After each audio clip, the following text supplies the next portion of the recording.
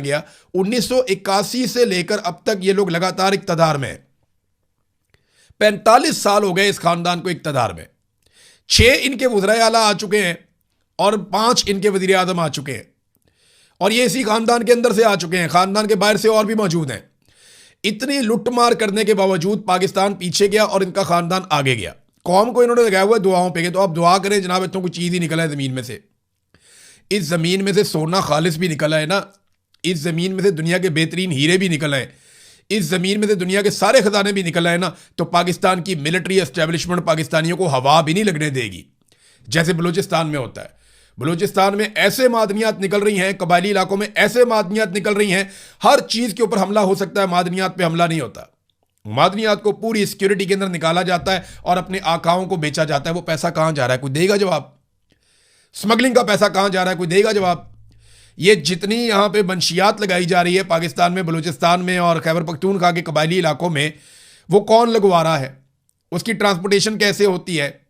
वो बरामचा की मंडी तक कैसे जाती है, जहाँ पे जाके मंशियात के अंदर बाकायदा प्रोसेसिंग होती है? वहाँ से निकल के पूरी दुनिया में कैसे फैलती है? हवाई अड्डों से कैसे वो जाती है दूसरी दुनिया के अंदर? समुद्री रस्तों से वो कैसे जाती है? और ये पैसा कहाँ जा रहा है, कोई देगा जवाब? पूरे मुल्क पे कब्जा किया हुआ, एक एक चीज़ को पैसा बनाने के लिए इस्तेमाल कर रहे हैं, और ऊपर से लेकर नीचे तक लुटमार। सबसे बड़ी लुटमार पाकिस्तान की मिलिट्री एस्टेब्लिशमेंट, उसके बाद ये पॉलिटिकल माफिया, और इनके नीचे बेशुमार ब्यूरोक्रेट्स जिन्होंने अपने पूरे पूरे खानदान पाकिस्तान से बाहर सेट किए। उनको पता है पाकिस्तान हमने इस काबिल छोड़ा ही नहीं कि यहाँ पे हम अपने बच्चों को, अपने खानदानों को पाकिस्तान में रख सकें। वो एक आदमी जो लड़ता जा रहा है, वो जेल के अंदर पड़ा हुआ, उसकी आंख भी खराब कर दी, उसकी सेहत भी खराब कर दी, उसकी बीवी को भी पकड़ के जेल में डाल दिया, रिश्तेदारों को पकड़ के जेल में डाल दिया, सारी पार्टी टूट फूट का शिकार कर दी, बेड़ा गर्क कर दिया, कौम उसके साथ खड़ी है और वो आदमी अकेला जेल काट रहा है और इंतहाई तकलीफ के अंदर है, लेकिन वो हार नहीं मानता। अब इमरान खान की बहन अलीमा खानम ने अदालत से रुजू किया और एक एप्लीकेशन दायर की है इस्लामाबाद हाई कोर्ट में, और उसमें इस्लामाबाद हाई कोर्ट में उन्होंने एक पटिशन डाल दी अपने वकील के ज़रिए से, और मौके पर इख्तियार किया कि 8 अप्रैल की जो वकील की मीटिंग हुई थी उसमें हमें ये पता चला कि इमरान खान को 22 घंटे और बुशरा बीबी को 24 घंटे तक कैद तन्हाई में रखा जाता है। हालांकि किसी भी अदालत ने इस किस्म का कोई फैसला नहीं दिया, कोई सज़ा इमरान खान को कैद तन्हाई की नहीं दी गई, और इसमें जनाब फरीक बनाया गया सुप्रिटेंडेंट जेल को, IG जेल खाना जात को, चेयरमैन नैब को, DG FIA को और पिम्स के MS को। वैसे इसमें जो है ना फरीक बनाना चाहिए फील्ड मार्शल आसिम मुनीर को, लेकिन कानूनी नुक्ता नज़र से पॉसिबल नहीं है, क्योंकि ये लोग अपना काम करवा लेते हैं, खुद कभी सामने नहीं आते।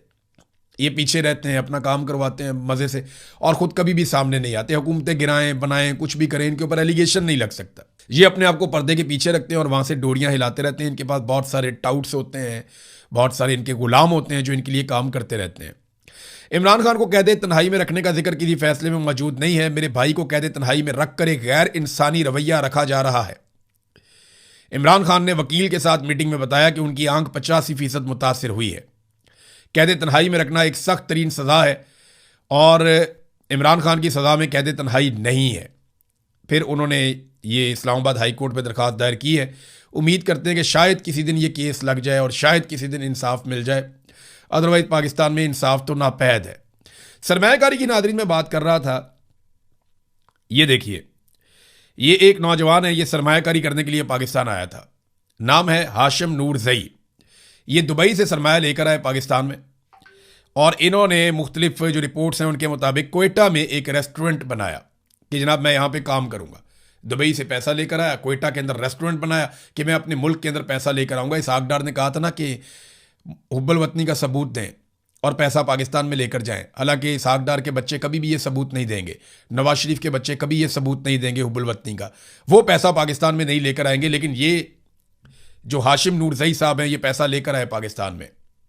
इन्होंने कोयटा में होटल बनाया, शरपसंदों ने इन्हें कत्ल कर दिया, यानी इन्हें तहफ़्फ़ुज़ तक फराहम नहीं किया जा रहा।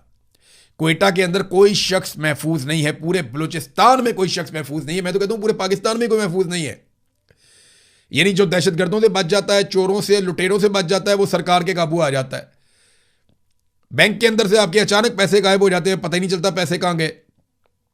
वो जनाब इख्तियार दे दिया FBR को, जब चाहे आपके बैंक को खाली कर दे, आप कुछ कर ही नहीं सकते। उसके बाद वो आपके पैसे लेकर इस्तेमाल करेंगे, आप केस करते रहे, वकीलों के दफ्तरों के और अदालतों के चक्कर लगाते रहे, आपको आपका पैसा वापस नहीं मिलेगा। जो दिल करता है वो करते हैं।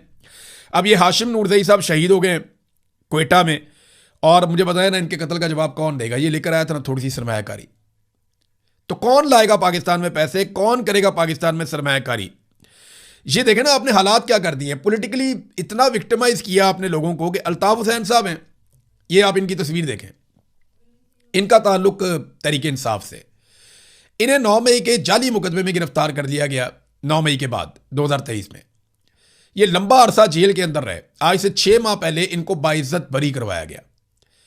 यानी 2 साल जेल काटने के बाद पता चलता है निज़ाम को कि ये आदमी बेगुनाह था, इसको बाइज्जत बरी किया गया। लेकिन कैद के दौरान ये शदीद बीमार हो गया। जब बेगुनाह आदमी को जेल में आप डालेंगे वो बीमार ही होगा। शदीद बीमार हो गया, इसको इलाज मुआवजे की सहूलियत नहीं दी गई। बलाखिर ये जब बाइज्जत तौर पे बरी हुआ तो उसके बाद से दवाइयों पे जिंदा था, और अब ये भी शहीद हो गया, इसका भी इंतकाल हो गया। ये जो रिजीम चेंज ऑपरेशन हुआ ना पाकिस्तान में, इसने एक ऐसी खून से सुर्ख लकीर खींची है जो पाकिस्तानियों के दिल में हमेशा चुभती रहेगी। और ये पाकिस्तान की मिलिट्री एस्टेब्लिशमेंट का एक कारनामा है। हालात यहां तक पहुंच गए हैं कि अब पुलिस धमकियां लगा रही है तालिबान की। ये एक जर्नलिस्ट हैं अब्बास साहब, अब्बास अहमद, ये बताते हैं कि मैंने इस्लामाबाद पुलिस के खिलाफ एक खबर लगा दी। खबर ब्रेक होने के बाद इस्लामाबाद पुलिस के एक आला अफसर ने मुझे पैगाम भेजा जिसमें उन्होंने कहा कि उनके तालिबान के साथ ताल्लुकात हैं और वो मुझे इस्लामाबाद से टुकड़े टुकड़े करवा देंगे, हत्ता कि मेरे बच्चों के भी टुकड़े करवा देंगे। अंदाज़ा करें, इस्लामाबाद पुलिस का एक सीनियर ऑफिसर एक सहाफ़ी को धमकी लगा रहा है और वो ये कह रहा है कि मैं तुम्हारे टुकड़े टुकड़े करवा दूंगा क्योंकि मेरे तालिबान के साथ ताल्लुकात हैं, मैं तुम्हें मरवा दूंगा, तुम्हारे बच्चों को मरवा दूंगा अगर तुम मेरे खिलाफ खबरें दोगे तो। ये है नाज़रीन सूरत हाल। मुझे याद आ गया, एक डीआईजी थे, वो बात नहीं मानते थे सेक्टर कमांडर की ना, तो उनके साथ जब मीटिंग की सेक्टर कमांडर ने, तो उन्हें धमकियां लगाना शुरू की डीआईजी पुलिस को। उसे कहा कि मैं तेरे साथ ये कर दूंगा। मैं जानता हूँ